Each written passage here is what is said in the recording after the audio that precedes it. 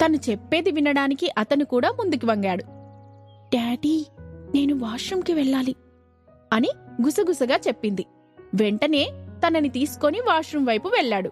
అక్కడ Sweety she రూంలోకి వెళ్లడం అభయ్ని మళ్లీ షాక్కి గురిచేసింది.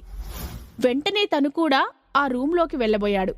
ఓ డాడీ, నువ్వేంటి ఇక్కడికి వస్తున్నావు అని స్వీటీ ముఖం మీద తలుపు వేయడంతో అభయ్ అవాక్కయ్యాడు. అతనికి ఏదో పెద్ద తప్పు జరుగుతున్నట్టు అనిపించి వెంటనే వాళ్ల ఫ్యామిలీ డాక్టర్తో మాట్లాడాలని అతని నెంబర్ డయల్ చేసి తన మాటలు ఎవరూ వినకూడదని రిసెప్షన్ ఏరియాకి వచ్చాడు. డాక్టర్ ఫోన్ లిఫ్ట్ చేయగానే చెర్రీ బిహేవియర్ గురించి జాగ్రత్తగా ఎక్స్ప్లెయిన్ చేశాడు. అభయ్ చెప్పిందంతా విన్న డాక్టర్, తల్లి లేకుండా పెరగడం వల్ల చెర్రీలో అలాంటి బిహేవియర్ రావడానికి కారణం కావచ్చు. కొంతకాలం వెయిట్ చేసి చూద్దాం. ఒక ముఖ్య విషయం, తనని క్లోజ్గా అబ్జర్వ్ చేయడం మంచిది. పిల్లాడి మనసు గాయపడకుండా జాగ్రత్తగా ట్రీట్ చేస్తే ఇదేమంత పెద్ద సమస్య కాదు అని అన్నాడు. అభయ్ ఫోన్లో మాట్లాడుతుండగా అప్పుడే సమీరా, చెర్రీ క్యాబ్ దిగి హోటల్లోకి ఎంటర్ అయ్యారు. అటు తిరిగి ఉన్న అభయ్ని చూసి చెర్రీ వెంటనే అలర్ట్ అయ్యి మెల్లగా అక్కడి నుండి మెట్ల దారి వైపు జారుకున్నాడు. ఆ చిన్నారి గుండె వేగం పెరిగింది. డాడీ చూస్తే ఫినిష్ అయిపోతా అంటూ ఇక ఎక్కడా ఆగకుండా అలా మెట్లు ఎక్కుతూ టాప్ ఫ్లోర్ చేరుకొని ఆపకుండా డోర్పై అదే పనిగా బ్యాంగ్ చేశాడు. స్వీటీ తన వెనుకే వస్తుందనుకొని ఏమీ పట్టించుకోకుండా క్యాజువల్ గా నడుస్తుంది సమీరా. అప్పటిదాకా చెర్రీ ఎక్కడికి వెళ్లాడో తెలియక భయంతో రూంలో అటూ ఇటూ తిరుగుతున్న సన్నీ తలుపు తెరిచి చూశాడు. ఎదురుగా ఆయాసంతో రొప్పుతున్న చెర్రీని చూసి వెంటనే చేయి పట్టుకొని లోపలికి లాగి తలుపేశాడు.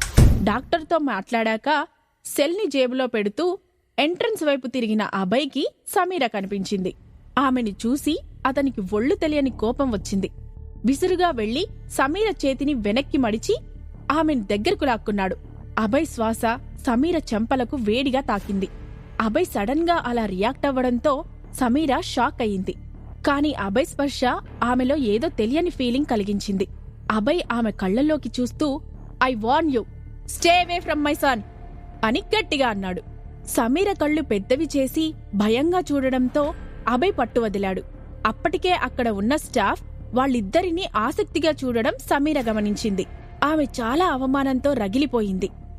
ఏదో అనబోతూ కూతురు ముందు సీన్ చేయకూడదని తమాయించుకుంది. ఏంటి స్వీటీ ఇంకా రావట్లేదు అని అనుకుంటూ వెనక్కి తిరిగి చూసింది. అక్కడ స్వీటీ లేకపోవడంతో గాబరా పడింది. అటు వస్తున్న స్టాఫ్తో స్వీటీ గురించి ఎంక్వైరీ చేసింది. వారెవరూ తనని చూడలేదని అనడంతో సమీరకు ఒక్క క్షణం ఏం చేయాలో అర్థం కాలేదు. సమీర అంత వరీ అవడం చూసి అభయ్ తన కోపాన్ని మర్చిపోయాడు. అక్కడే ఉన్న మేనేజర్ సమీర కూతురు కనిపించడం లేదని చెప్పడంతో ఆ పాపని వెతకమని చెప్పి బయట చూడడానికి ఫ్రంట్ డోర్ తీసుకొని వెళ్లాడు అభయ్. ఇంతలో కూతురి దగ్గర ఫోనుందని సమీరకు గుర్తువచ్చింది. వెంటనే నెంబర్ డయల్ చేసింది. వాష్రూంలో చేతులు డ్రై చేసుకుంటున్న స్వీటీ ఫోన్ ఎత్తింది. స్వీటీ, ఎక్కడికి వెళ్ళిపోయావ్ అని కోపంగా అడిగింది సమీర. నేను వాష్రూంలో ఉన్నాను అని క్యాజువల్ గా చెప్పింది స్వీటీ. అక్కడ జరిగిన హడావిడికి సమీరకు సిగ్గనిపించింది. ఏమీ ఆలోచించకుండా వెంటనే వాష్రూమ్ వైపు వెళ్లి అప్పుడే బయటికి వస్తున్న స్వీటీ చేయి పట్టుకొని గబగబా ఎవరో తరుముతున్నట్టు లిఫ్ట్ ఎక్కింది. కనుచూపు మేరలో అభయ్ కనిపించడంతో రిలీఫ్ గా ఫీల్ అయింది. వెనుక నుండి వారిద్దరినీ చూసిన మేనేజర్ సమీరతో వెళ్తున్న చిన్నారిని ఆమె కూతురని అనుకున్నాడు. కాసేపటికి అక్కడికి వచ్చిన అభయ్తో సమీర గారి కూతురు దొరికింది సార్ అని చెప్పాడు. దాంతో అతను ఆ మేటర్ని పక్కన పెట్టి చెర్రీ కోసం వాష్రూమ్ బయట కాపలా కాశాడు. ఎంతసేపు నిల్చున్నా చెర్రీ బయటికి రాలేదు. లోపల నుండి కూడా ఎటువంటి అలికిడి లేకపోయేసరికి లేడీ స్టాఫ్ ని లోపలికి వెళ్లి చెక్ చేయమన్నాడు. వాళ్లు చెర్రీ అక్కడ లేడని చెప్పడంతో ఒకవేళ సూట్కి వెళ్లాడేమో అని సన్నీకి కాల్ చేశాడు. మరోవైపు చెర్రీని ఎత్తి టేబుల్పై కూర్చోపెట్టాడు సన్నీ. ఎక్కడికి వెళ్ళావ్? మీ డాడీ వస్తే ఎంత ప్రాబ్లం అవుతుందో తెలుసు కదా, పైగా నా సెల్ కూడా కనిపించడం లేదు అని అంటుండగా అతని ఫోన్ రింగ్ అయింది. ఆ రింగ్ చెర్రీ ప్యాంట్ జేబులోంచి రావడంతో సన్నీ స్టన్ అయ్యాడు. వెంటనే చెర్రీ జేబులోంచి సెల్ తీసి చూశాడు. అభయ్ పేరు డిస్ప్లే అవడంతో వెంటనే ఇద్దరూ అటెన్షన్లోకి వచ్చేశారు. తను బయటికి వెళ్లిన సంగతి చెప్పొద్దంటూ సైగ చేశాడు చెర్రీ. సన్నీ నిదానంగా కాల్ అటెండ్ చేశాడు. హే సన్నీ, చెర్రీ రూమ్ కి వచ్చాడా అని టెన్షన్ గా అడిగాడు అభయ్. సన్నీ గట్టిగా గాలి పీలుస్తూ అవునన్నయ్య, చెర్రీ ఇక్కడే నాతోనే ఉన్నాడు అని అన్నాడు సన్నీ. అభయ్ కూల్గానే ఉన్నాడని కన్ఫర్మ్ అవ్వడంతో తిరిగి మామూలయ్యాడు చెర్రీ. అంత టెన్షన్లోనూ ఆ పిల్లాడిలో సమీరను కలిసిన ఆనందం అలాగే ఉంది.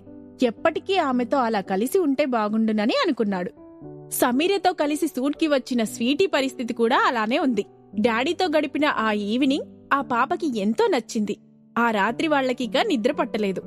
చెర్రీ ప్రవర్తనకు అభయ్ ఎలా రియాక్ట్ అవుతాడో. ఈ ప్రశ్నలకు సమాధానాలు తెలుసుకోవాలంటే నెక్స్ట్ ఎపిసోడ్ వినాల్సిందే. క్రింద ఇచ్చిన లింక్ ని క్లిక్ చేసి పాకెట్ ఎఫ్ఎం యాప్ ని ఇన్స్టాల్ చేసుకోండి. Stay tune to pocket FM.